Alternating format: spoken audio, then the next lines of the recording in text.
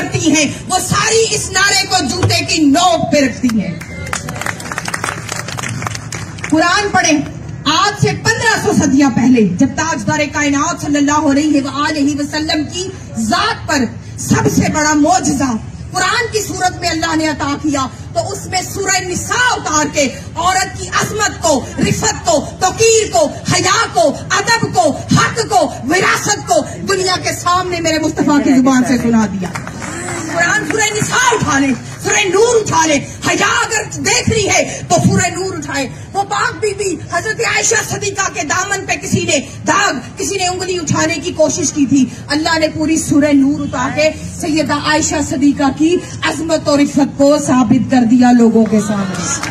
تو ہم انہی سیدہ زینب کی باندیاں ہیں، اسی سیدہ عائشہ کی باندیاں ہیں۔ کوئی یہودی ایجنٹ اٹھ کے ہمارے ملک میں یہ نعرہ لگائے کھانا نہیں گرم کر سکتی، تم کھانا نہیں گرم کر سکتی، تو ہم تجھے یہاں سے اس ملک میں جو اسلامی جمہوریہ پاکستان ہے، جو اسلام کے نام پر لیا گیا تھا، جو لا الہ الا اللہ محمد رسول اللہ صلی اللہ علیہ وآلہ وسلم کے نام پر لیا گیا تھا، ہم تمہیں یہاں سے حکومت پاکستان سے اپیل کرتے ہیں، چند 36 عورتیں اٹھ کے گندے واہیات بینرز اگر اٹھا کے یہاں پہ پروٹیسٹ کرتی ہیں، انہیں اس ملک سے باہر نکال دیا جائے۔ اگر آپ میری اس اپیل میں میرے ساتھ ہیں تو ہاتھ بلند کر کے یہ نعرہ لگائے، ایسی عورتیں نہیں چاہیے، نہیں چاہیے، نہیں چاہیے۔ جسم خدا کا، رضا خدا کی، بندہ بھی میں خدا کا۔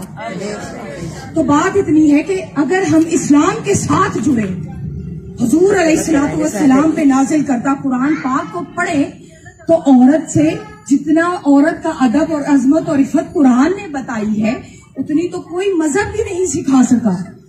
جب نبی کریم صلی اللہ علیہ وآلہ وسلم اس دنیا میں تشریف لائے اور نبوت پر فائز ہوئے، نبوت کے منصب پر، تو سب سے پہلے آپ نے کیا کیا؟ وہ جو مائیں منڈیوں میں بک رہی تھی، وہ جو بیٹی پیدا ہوتے درگور ہو رہی تھی، اسے اس ماں کے قدموں تلے جنت کر دی، بیٹی کو گھر کی رحمت بنا دی۔ آج اگر ہم اس بہانے پہ کھڑے ہیں، ہمارا ملک کھڑا ہے، تو فقط اس لیے کہ ہم نے اسلام کا دامن چھوڑ دیا۔ ہم نے یہودیوں کے ایجنڈے، ہمارے لباس یہودیوں جیسے، انگریزوں جیسے، ہمارے گفتار انگلش نہ آئے تو ہم سمجھتے ہیں یہ بندہ ان پڑھ ہے، عربی بولنے والا بندہ، قرآن پڑھنے والا بندہ۔ دوسری ہماری سب سے بڑی جو بدبختی ہے وہ یہ کہ ہم نے اپنی بیٹیوں کو بھی، یہ محترم وکیل صاحب نے ایک بات کی ہے، میں بھی وکیل خان عبد القیوم خان صاحب کی صاحبزادی ہوں، تو میرے بابا جان بھی ایڈوکیٹ ہے، تو میں یہ مینشن کرنا چاہتی ہوں کہ وراثت وہ پرابلم ہے ہمارے ملک میں، وہ عذاب بن کر بیٹی پہ ٹوٹتی ہے کہ قتل بھی ہوتے ہیں۔ یہ کہنا کہ گھر سے چلی جاؤ یہ تو چھوٹی سی بات ہے، وراثت کے نام پہ بیٹیوں کو قید کیا جاتا ہے، بہنوں کو قید کیا جاتا ہے، پھر بہنوں کو قید کر کے ان کو جب تک وہ مر نہیں جاتی کمروں سے نہیں نکالا جاتا۔ یہ بھی ایک بہت بڑا پوائنٹ ہے کہ قید دور کی بات قتل کر دی جاتی ہے۔ اب میں آپ کو نبی کریم صلی اللہ علیہ وآلہ وسلم کی حدیث مبارکہ سے ایک بات مینشن کرنے لگی ہوں کہ عورت کی عظمت دیکھیے، بیٹی کا مقام دیکھیے۔ حضور علیہ السلام اپنے گھر میں تشریف فرما ہے، اما عائشہ صدیقہ اس کو روایت کرتی ہے، آپ کہتی ہیں کہ آقا علیہ السلام اپنی نشست پر بیٹھے ہوئے تھے، سامنے فاطمہ الزہرا چل کے آ رہی تھی۔ جو ہی فاطمہ الزہرا سلام اللہ علیہا نے گھر میں قدم رکھا، وہ والضحیٰ کے مکھڑے والا، واللیل زلف والا، آمینہ کا لال، رب کا محبوب نبی محترم صلی اللہ علیہ وآلہ وسلم۔ روکتی ہوں بات ادھر، جب معراج کی رات اللہ کا محبوب اوپر گیا نا تو اللہ تبارک و تعالیٰ نے کہا کہ فیا محمد، وہ لامکا کی آخری حد جہاں پہنچ گئے، کہا ٹھہر جا چل کے آنے والے محمد، رک جا، یہ خدا آگے بڑھ کے اپنی شان و شوکت سے تیرا استقبال کرتا ہے۔ مقام محمد یہ ہے، اور بیٹی کا مقام یہ ہے کہ جس ہستی کے لیے خدا کھڑا ہو، فاطمہ گھر چل کے آ رہی ہو، مصطفیٰ اس کے آنے پہ اس کی محبت میں خود کھڑے ہو جائے۔ آقا علیہ السلام اپنی بیٹی کے لیے کھڑے ہو گئے، کھڑے ہو کر انہوں نے اپنی بیٹی کے ماتھے پہ بوسہ دیا۔ آج جائیداد دور کی بات، بیٹی 10 دن گھر میں زیادہ رہ جائے نا میکے میں آ کے، تو جو باپ ہیں اور بھائی ہیں ان کے چہروں پہ بال آ جاتے ہیں۔ ادھر کریم آقا علیہ السلام کہہ رہے ہیں فاطمہ بدعت منی،